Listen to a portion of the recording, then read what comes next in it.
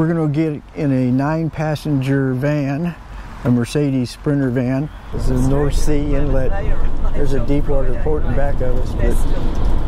So this a lot of oil rigs and stuff like that, and cruise ships come in through the North Sea. Little village, you look at the campers.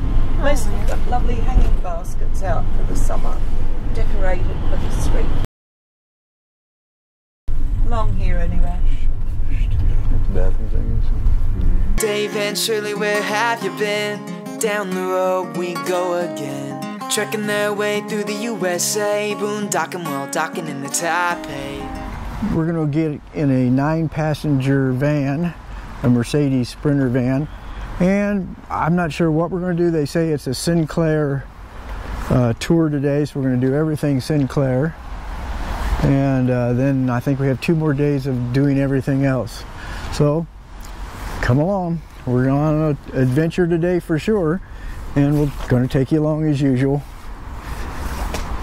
Right now we're heading inside to have some breakfast. Got to have some breakfast before we get going on the road. Talk to you guys later.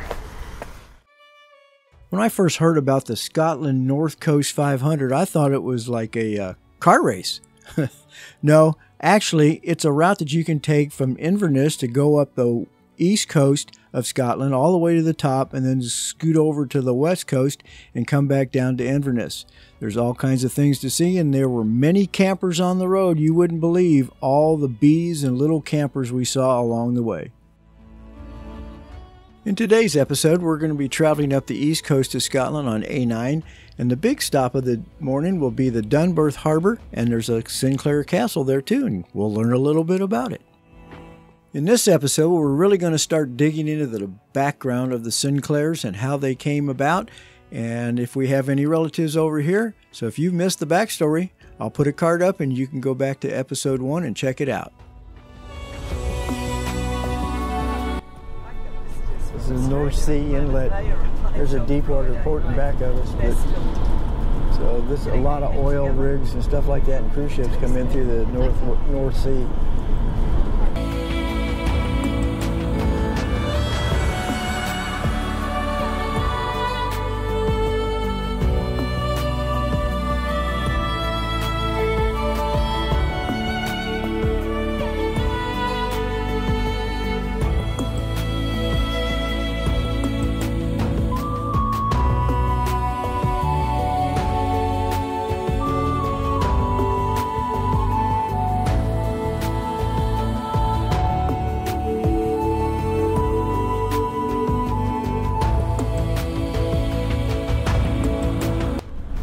It's just a lovely little village. You look at the shops. Campers. Mostly got lovely hanging baskets out for the summer, decorated for the street for the summer. If you see any little flags, look at the houses. This band, they put their banners up for summer.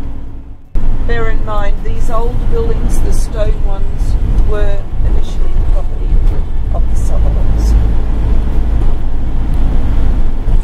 This is the southernmost gate of the Sutherland clan, and it also leads down to the DownTheRoadWeGo Castle, which is owned by the Sutherlands still to this day. They were so rich they even had their own railway. He built the railway from further south down where that last bridge was, across the bridge up here, and eventually up to Wick. And he has a station today. You can still cross the road opposite the Castle Gateway, and there's a little very old Tudor-style railway station. Tiny, not large, but the train, it's an at-call stop. You tell the driver, stop, and they let you off. They visit the castle and then go back. But this is the other entrance, the front entrance here. You have to look straight down the driveway for a moment to be able to have a chance of seeing anything. Whoa. This one here. Very hard. Yeah. Again, you can start to imagine at some times some of your Sinclair families would have farmed that, would perhaps have lived in the bigger houses. And that one down there, the green one, is what you would call in those times a bigger house. The church there does have Sinclair and Sutherland variants in it, but it's it's not an operational church anymore.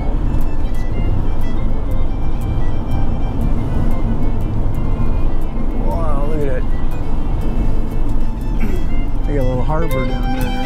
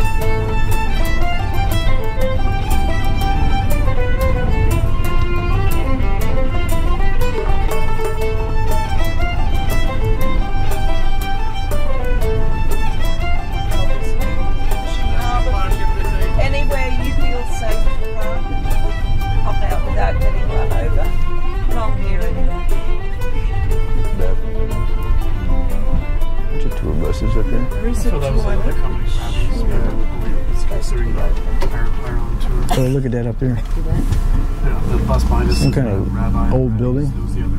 The building of them.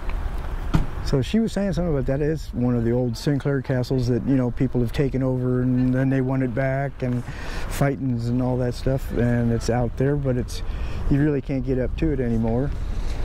And this is a harbor. Of course, as you can see, the water's down a little bit because this is the North Sea and the tides are out. You can imagine the Sinclair boats coming in from the water in. Yeah. Because that was their main mode of transport mostly. So they'd come in this harbour here? In here, yeah, water. You see the sides built up down there? Yeah, okay. The water can come up higher than it would normally have. Right. And it backs right up. Depends on the high tide, low tide, yeah. Peak one. But all these are traditional village buildings that from the times of its peak. 1800s was the real peak because herrings were the big thing. And okay. I'm not sure if you've noticed there's a statue up. Just watch the Oh, no. Worth filming if you want to catch it. Yep. It's of the industry. Oh, the fishing industry? Fishing industry itself. This is actually a fishing industry museum. Okay. And it's not open anymore? Not at the moment. COVID. Okay. They haven't reopened since COVID. I think most of them, they're just having trouble finding staff. Visitors from most countries weren't allowed to come. You know, would you open, use your power, and you got one person per 3 days or something. Yeah.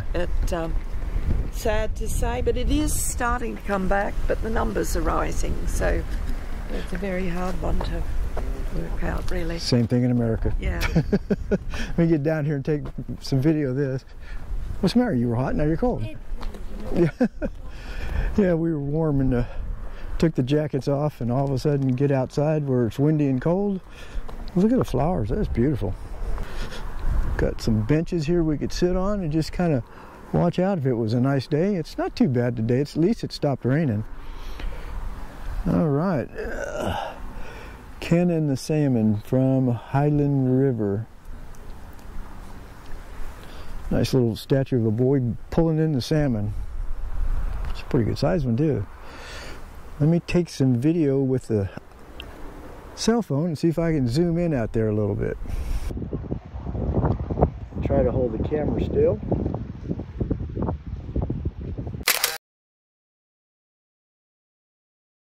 Sinclair's married into the family that had that, and that's how they had the first footing.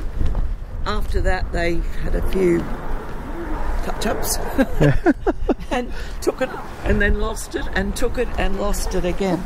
It's been in the hands of many eminent Caithness families, of which... I just love the architecture over here, the old buildings. Stones, yeah. old stones. Jeez. So beautiful. Trouble is, on ours, we've got some pink sandstone, which is classic for the north and everything, in amongst hard rock. And the sandstone's starting to deteriorate. So we're having patch jobs of putting other stones back in. Huh. But anyway. That's some work. Unusual. That's pretty cool.